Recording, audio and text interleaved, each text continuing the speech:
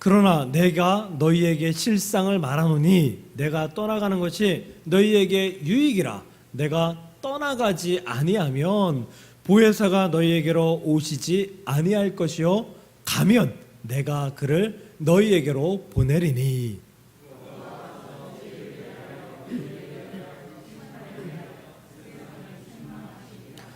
죄에 대하여라 함은 그들이 나를 믿지 아니하며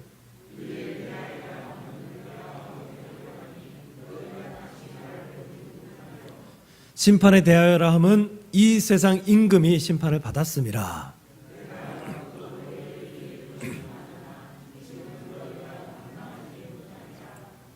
(13절) 같이 읽습니다. 그러나 진리의 성령이 오시면 그가 너희를 모든 진리 가운데로 인도하시리니 그가 스스로 말하지 않고 오직 들은 것을 말하며 장래일을 너희에게 알리시리라. 아멘. 네, 오늘 사도신경 14번째 말씀, 나는 성령님을 믿습니다. 네, 14번으로 끝날 것 같았는데 아직 몇 번 더 해야 될 것 같습니다. 먼저 양해를 구할 것은 찬양하다가 여기에 지금 뭐가 걸려있는 것 같은 느낌이 나거든요. 의도치 않게 부흥사 같은 목소리가 날 것 같아서 양해를 구하고요. 그럼에도 불구하고 하나님께서 끝까지 말씀 잘 전할 수 있도록 도우시리라 믿습니다. 기도하시면서 말씀을 들어주시면 감사하겠습니다. 사도신경 강해 중에서 성령님에 대해서 일부 말씀드린 적이 있습니다. 어디냐 하면 성령으로 잉태되어 동정녀 마리아에게서 나시고 라는 고백을 할 때 그 말씀을 전할 때에 성령에 관한 말씀을 드렸습니다. 오늘 더 구체적으로 나는 성령을 믿습니다 라는 말씀을 전할 때에 성령이 주시는 유익이 과연 내게 무엇인가 라며 깨달으며 많은 은혜가 우리 안에 있기를 간절히 축복합니다. 제가 성령님을 인정하려면 삼위일체 하나님을 인정해야 된다 라고 말씀드렸었는데 혹시 기억하십니까? 네, 기억하셔야 합니다. 성령님은 삼위일체 하나님을 인정해야만 성령님을 인정할 수가 있습니다. 그렇다면 성령님이 과연 성경의 어느 부분부터 역사하시고 나타나셨는가 우리는 살펴봐야 되는데 그 살펴보는 순간에 성령님은 바로 나타나십니다. 창세기 1장 1절 2절에서 나타나십니다. 1절은 뭐죠? 태초에 하나님이 천지를 창조하시느니라. 그리고 2절 보면 땅이 혼돈하고 공허하며 흑암이 깊음 위에 있고 하나님의 영은 수면 위에 운행하시니라. 아멘. 하나님의 영, 이 하나님의 영을 성령이라 볼 수 있습니다. 성령님이십니다. 그러므로 성령님의 존재는 창세기가 시작하면서부터 태초부터 존재하신 하나님이다라고 증거하고 있습니다. 그러므로 성령님을 부정한다라는 것은 성경 자체, 하나님 자체를 부정한다라고 볼 수 있으니 성령님을 온전히 인정하시고 성령님이 우리 안에 역사하시기를 매일마다 매 순간마다 기대할 수 있기를 주의 이름으로 축복합니다. 성령님에게 별명이 있죠? 뭐죠? 보혜사. 오늘 말씀에서도 등장합니다. 성령님의 별명은 보혜사입니다. NIV 성경에서 오늘 7절을 살펴보면요, 이렇게 기록되어 있어요. 그러나 I tell you the truth, 내가 진실을 너희에게 말하겠다. 예수님이 말씀하시는 거예요. It is for your good, 이것이 너희에게 유익하다, 좋은 일이다. 어떤 것이냐 하면 that I am going away, 내가 멀리 떠나가는 것이 너희에게 유익한 것이다. unless, 만일 그렇지 않으면 어떤 것이 I go away, 내가 떠나는 것이, 내가 떠나지 아니하면 the counselor will not come to you. the counselor가 너희에게 오지 않을 것이다. 오지 않을 것이다. 이 카운슬러를 우리말로 보혜사라고 번역했다라는 것입니다. 즉 영어 성경에서는 보혜사를 카운슬러라고 했는데 카운슬러의 원래의 뜻은 상담자라는 뜻을 가지고 있죠. 상담자. 그래서 마음에 고민이 있는 사람 혹은 마음에 병이 있는 사람, 이런 사람들을 치료해주는 의사와 같은 사람을 카운슬러라고 이야기를 합니다. 이제 현대 의학에서 이 카운슬러의 그 역할이 굉장히 크게 확대되어 있는데, 현대를 살아가고 있는 거의 대부분의 사람들은 약간의 마음의 문제, 정신적인 문제를 다 가지고 있기 때문입니다. 그 정신적인 문제, 마음의 문제를 가지고 있는데, 이 문제가 작냐 크냐에 따라서 그 사람이 카운슬러가 필요한가, 절실히 필요한가의 차이일 뿐이지, 우리 모두에게는 카운슬러, 상담자가 필요합니다. 이 카운슬러는 이 내담자에게 편안함을 심어줍니다. 편안하게 해줍니다. 이해해 줍니다. 카운슬러의 가장 중요한 일은 들어주는 것입니다. 그 사람이 무슨 이야기를 하는지 들어주고 공감해 주는 것이다 라는 것이에요. 그래서 카운슬러가 아닌 보통의 사람들은 사람들이 이야기할 때, 행동할 때, 또 어떤 결과를 보고 이렇게 이야기합니다. 야, 너 안 돼. 너 안 돼. 네가 배운 게 뭐가 있다고. 너 그 시험, 에이, 준비하지 마. 에이, 괜히 시간만 낭비야. 네 주제 파악을 해야지. 거봐, 네가 도전하니까 실패하잖아. 거봐, 네가 하니까 이 모양 이 꼴이잖아. 우리는 살아가면서 이런 이야기들을 자주는 아니더라도 어쩌다 한번 우리가 듣고 상처받고, 그 상처 때문에 마음을 부여잡고 괴로워하고 기도했던 적이 우리에게 분명히 있었던 것을 우리는 고백합니다. 그런데 카운슬러, 상담자들은 이럴 때 어떻게 이야기하나요? 너는 할 수 있어. 괜찮아. 누구나 다 실수하는 거지. 한 번 실수, 두 번 실수. 아니, 에디슨은 거의 1000번의 실수를 하고 실패를 하고 전구를 개발했대. 상담자들은 우리에게 용기를 줍니다. 야, 너 대학 나왔잖아. 고등학교만 나오고 중학교만 나오고 성공한 사람들이 얼마나 많은데, 네 지식이면 또 네 열심이면 충분히 가능해. 지금보다 조금만 더 해보자. 카운슬러는 그렇게 이야기해 줍니다. 우린 그런 이야기를 듣고 용기를 얻고 위로를 얻고 격려를 얻어서 우리가 어떻게 살아가야 될 것인지 방향을 잡고 그 방향으로 우리가 걸어갈 수 있는 힘을 얻게 됩니다. 인생에 있어서 카운슬러가 그런 역할을 우리에게 한다면, 신앙에 있어서 카운슬러이신 우리 주 하나님, 성령 하나님, 보혜사 하나님은 우리에게 더 큰 역할을 해 주셔야 하는 분인 줄로 믿습니다. 우리는 그를 믿고 그를 인정하고 그와 동행하면 그가 우리에게 위로뿐만 아니라 완전한 평안을 주시고 흔들리지 아니하는 믿음을 허락하시고, 우리가 걸어가기에, 우리가 나아가기에, 아니 뛰어가기에 부족하지 않도록 우리를 세워주시는 분이 성령 하나님, 보혜사 하나님이라는 사실을 믿으시기를 바랍니다. 그러므로 오늘 말씀을 들으며, 보혜사 성령님이 내게 이래서 필요했구나, 보혜사 성령님이 내게 이러한 유익을 주는구나, 보혜사 성령님이 내게 반드시 필요한 존재구나 라고 깨달을 수 있는 귀한 시간이 될 수 있기를 주님의 이름으로 간절히 축복합니다. 첫 번째로, 보혜사 성령님께서 주시는 유익은 우리 성도들에게 새 생명을 주시는 분이십니다. 아니, 성도는 새 생명을 받은 사람들이잖아요. 근데 또 새 생명을 준다고요? 예, 이 새 생명은 어떠한 새 생명이냐 하면 우리가 성도로서 살아갈 수 있는 힘과 능력을 가진 생명입니다. 고린도전서 12장 13절을 보면요, 우리가 유대인이나 헬라인이나 종이나 자유인이나 다 한 성령으로 세례를 받아 한 몸이 되었고 또 한 성령을 마시게 하셨느니라 라고 고백합니다. 여기서 세례는 거듭남을 의미하죠. 물론 거듭남이란 예수님을 구주로 믿고 인정하고 시인해야 받는 것입니다. 하지만 거듭남의 상징인 세례에 대해서 오늘 말씀과 더불어 여러 가지의 말씀을 다 살펴보면, 거듭남과 더불어서는 반드시 성령이라는 하나님이, 성령 하나님이 그 안에 포함되어 있는 것을 볼 수가 있어요. 가장 쉬운 예로 예수님께서 세례를 받으실 때 성령이 임하셨죠.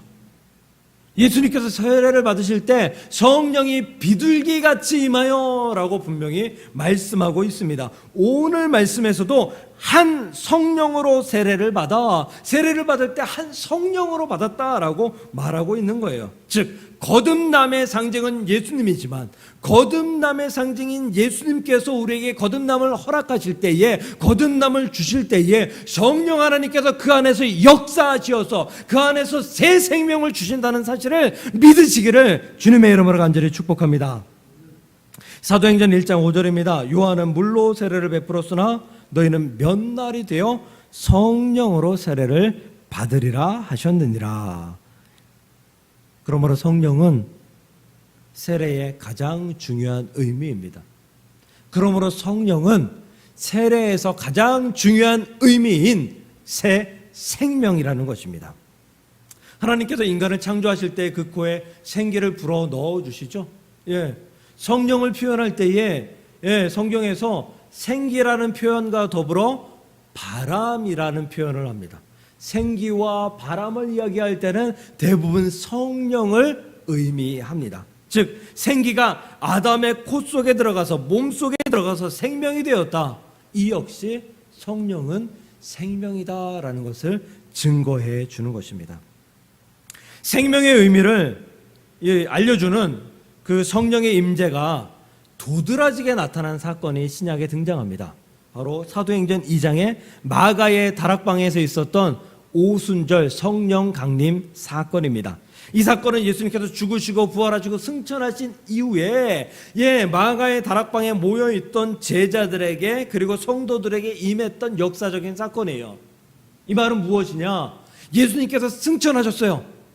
근데 제자들이 아직은 복음의 사역을 하지 않고 있었다라는 뜻입니다. 복음의 사역을 하지 않고 있었다. 성경을 보면 사복음서라 그래서 마태, 마가, 누가, 요한복음을 이야기하죠. 마가복음이 가장 먼저 쓰여졌고, 그리고 마태복음, 요한복음, 그리고 제자가 아닌 사람이 복음서를 쓴 것은 누가가 유일하죠. 그 누가가 쓴 성경이 두 권이 있는데 그게 바로 누가복음과 사도행전입니다. 그런데 누가복음과 사도행전인데 많은 신학자들, 아니 거의 대부분의 모든 신학자들은 누가복음과 사도행전은 한 권의 책이었다라고 이야기합니다. 한 권의 책이었는데 일부러 분리해 놓은 거예요. 왜냐하면 복음서와 그리고 이제 사도행전, 즉 사도들의 제자들의 행한 일들을 구분해 놓기 위해서. 그래서 이 구분할 때에 두 가지의 기준을 놓고 구분을 했는데요. 첫 번째는 예수님께서 공생애를 살았던 사건들에 대해서, 예수님의 공생애에 대해서 기록해 놓은 것은 복음서, 그래서 누가복음. 그리고 사도행전은 예수님이 승천하신 후에 제자들에게 변화가 생기고 제자들의 행해 나갔던 놀라운 예수님과 같은 사건을 기록해 놓은 책, 그것이 바로 사도행전. 그렇게 해서 나눴어요. 근데 두 번째 기준은요, 이거예요. 누가복음은 예수님을 만났고 예수님과 동행하고 예수님과 함께 하지만 그럼에도 불구하고 아직은 새신자와 같은, 아직은 교회 내에서 복음에 대해서 열정으로 막 일하지 못하는 그러한 사람들의 모습과 같은 제자들, 그리고 구분해서 사도행전 안에는 그 제자들 안에 성령이 들어와서 새 생명이 생겼고, 그 새 생명이 생겼기 때문에 이전의 생명은 하나님께 드리겠다라고 결단하고 그 생명을 아깝지 않게 여기고 행했던 사도들, 제자들의 일들, 제자들의 사역들, 이것이 바로 사도행전과 누가복음의 구분의 기준이었다라는 것입니다. 그 구분의 기준은 바로 성령의 생명을 가지고 있느냐, 성령의 생명을 가지고 있지 못하느냐, 이 차이였다라는 것입니다. 사랑하는 성도 여러분, 혹시 지금 여러분들 가운데 누가복음의 삶을 살아가고 있는 분들 계십니까? 예수님을 만났고 예수님과 동행하고 예수님께서 내 삶을 축복하고 예수님께서 내가 너를 사랑한다, 내가 너를 위해서 죽겠다, 죽었노라 말씀하시고 그 말씀을 다 믿는데 제자들처럼 가만히 앉아서 아무것도 못하고 결단하지 못하고 복음을 위해 일하지 못하고 가만히 있는 누가복음의 제자들의 모습이 여러분들 가운데 있습니까? 아니면 새 생명을 받았기에 그 새 생명 때문에 용솟음치는 그 복음의 열정 때문에 그 사도행전의 제자들처럼 내가 나아갈 수밖에 없습니다. 내가 헌신할 수밖에 없습니다. 내가 복음을 증거할 수밖에 없습니다. 하나님께 나아가는 하나님의 제자들의 모습으로 살아가는 여러분입니까? 지금 이 자리에 계신 여러분들, 이 두 부류의 성도가 있다는 생각을 믿으시고 이 두 번째의 부류, 사도행전의 제자들의 모습이 저와 여러분들 가운데 넘칠 수 있기를 주님의 이름으로 간절히 축복합니다. 이것이 새 생명 때문에, 성령이 주시는 첫 번째 유익, 새 생명 때문에 일어난 사건입니다. 두 번째, 성령이 주시는 두 번째 유익입니다. 이것은 연합입니다. 연합. 하나가 되게 하는 것입니다. 교회 내의 모든 성도가 하나가 되게 하는 것입니다. 그러므로 교회가 분열되었다, 이것은 성령이 함께하지 않는 교회다라고 보아도 무방합니다. 제가 언젠가 한번 말씀드린 것 같은데요, 일본에 갔을 때 상당히 기분이 상했던 적이 있습니다.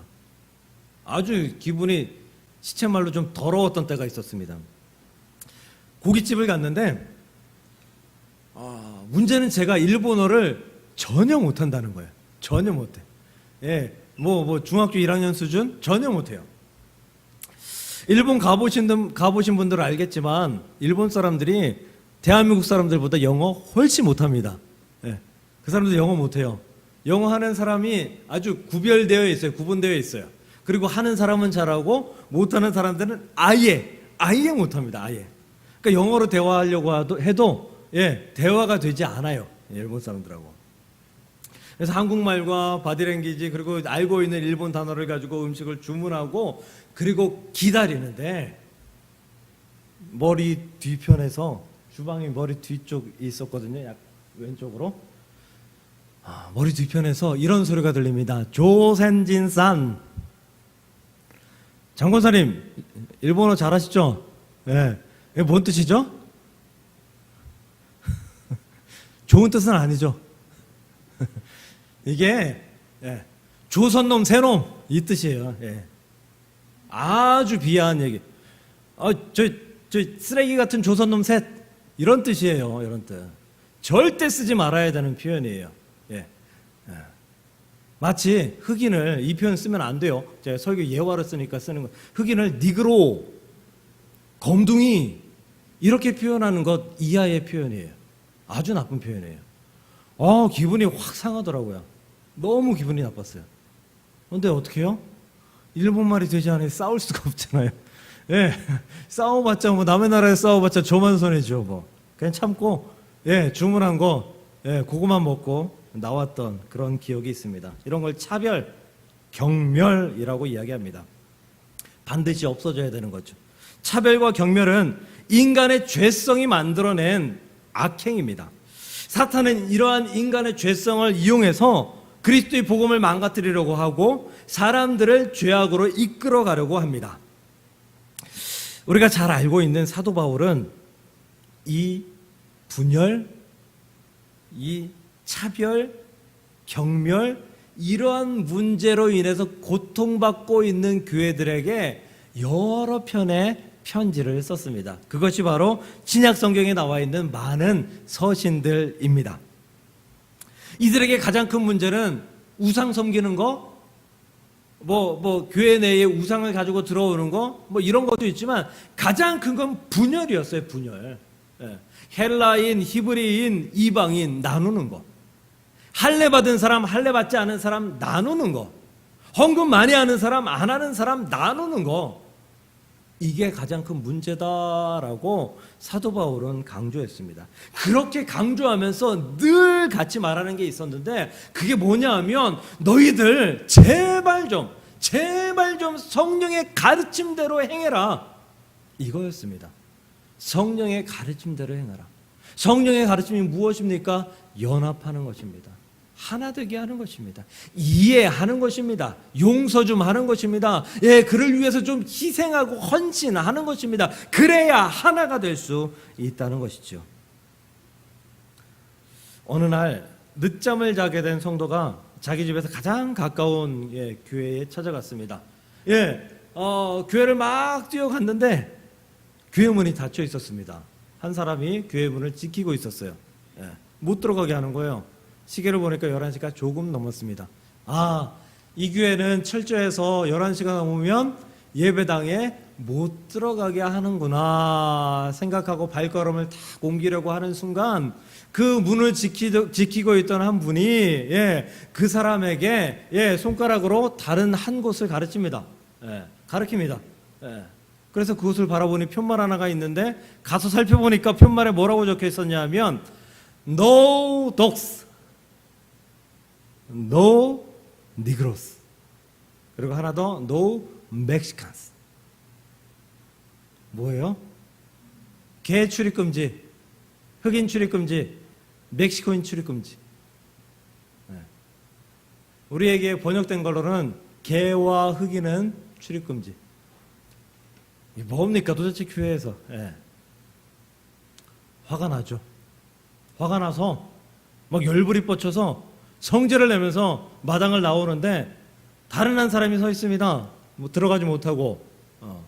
그래서 물어요. 아니 당신은 흑인도 아닌데 멕시칸도 아닌 것 같은데 왜 못 들어가고 있습니까? 그 사람이 대답합니다. 내 이름은 예수입니다. 나는 이 교회가 생긴 이후로 단 한 번도 들어가 보지 못했습니다. 안타깝습니다.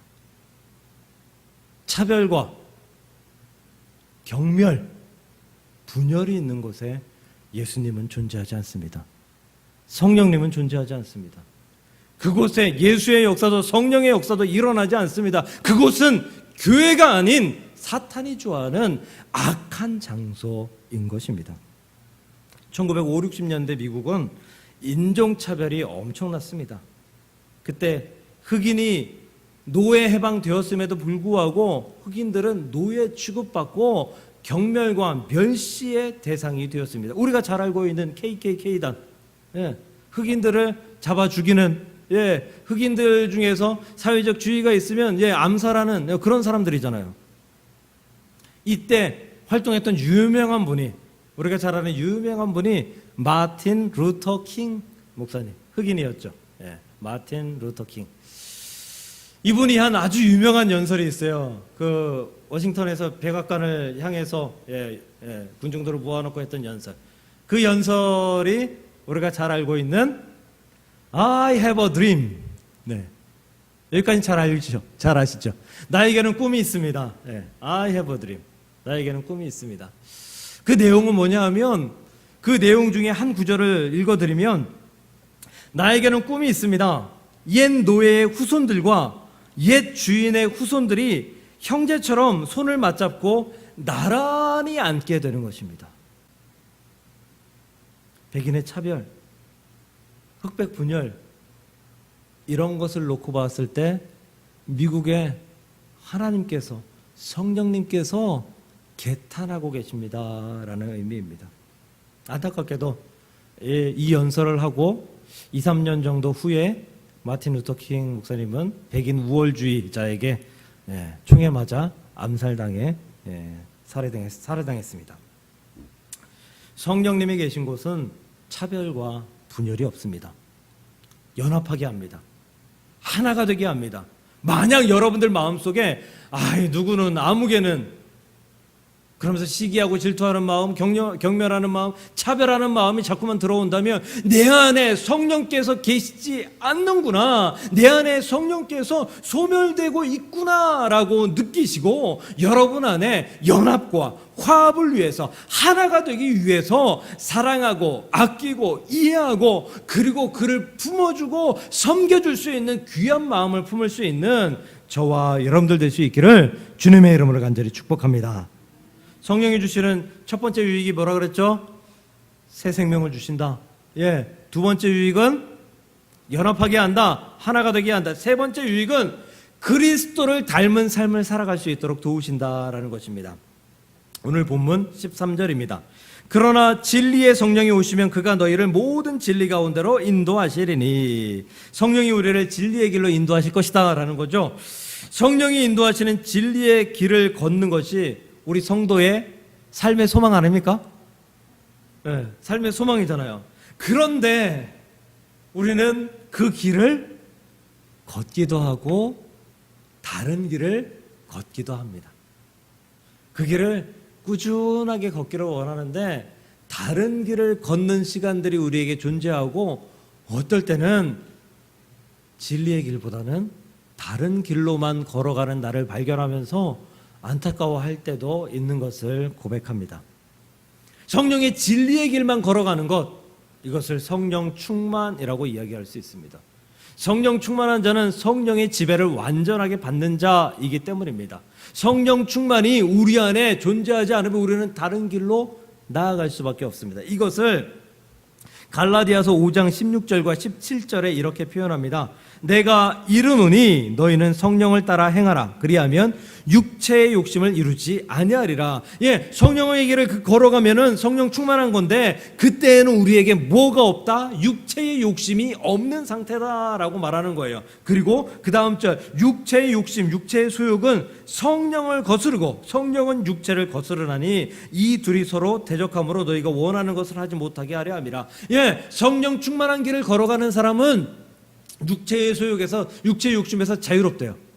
그런데 육체의 욕심대로 걸어가는 사람은 성령 충만을 경험할 수 없다라고 말하고 있는 거죠.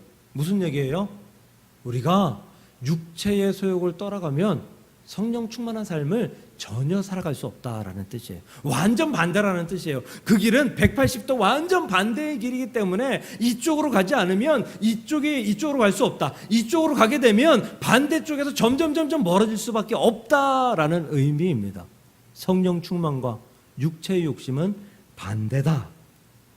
그러므로 사랑하는 성도 여러분, 성령 충만할 수 있는 가장 좋은 방법은 우리 안에 육체의 욕심대로, 탐욕대로 살아가는 삶을 버리는 것인 줄 믿으시길 바랍니다. 혹시 간혹 이런 분들이 있어요. 성령 충만을 방언과 예언을 해야 성령 충만한 사람이지, 그렇지 않습니다. 방언한다고 예언한다고 성령 충만한 사람 아닙니다. 방언과 예언, 이런 은사들은 성령 충만한 사람한테 발견할 수 있는 한 가지의 요소일 뿐이에요. 요소일 뿐이에요. 이 방언과 예언이 성령 충만의 증표가 결코 될 수 없죠. 성령 충만의 증표는 오히려 이거예요. 갈라디아서 5장 22절의 말씀.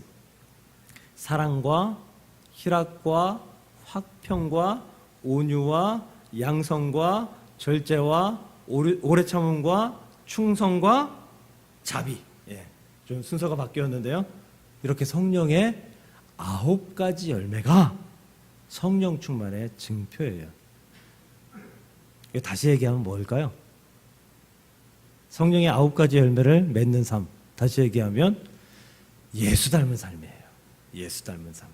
성령 충만하게 살아가면 자연스럽게 예수 닮은 삶을 살아갈 수 있다 말하는 것입니다. 그러므로 세 번째, 우리에게 성령이 주시는 유익한 효과는 우리가 예수님을 닮은 존귀하고 고귀한 삶을 살아갈 수 있도록 도우신다입니다. 말씀을 정리하겠습니다. 성령 하나님은 늘 우리 곁에 계십니다. 우리가 기뻐하는 순간에도, 아파하는 순간에도, 그리고 우리가 흔히 왜 나만 겪는 고난이냐고 하면서 혼자만 있는 것 같이, 정말 아무도 없고 나만 그냥 버려진 것 같이 너무 힘들고 어려운 그런 상황에 처해 있는 그 순간에도 성령님은 여러분과 저와 함께 하십니다.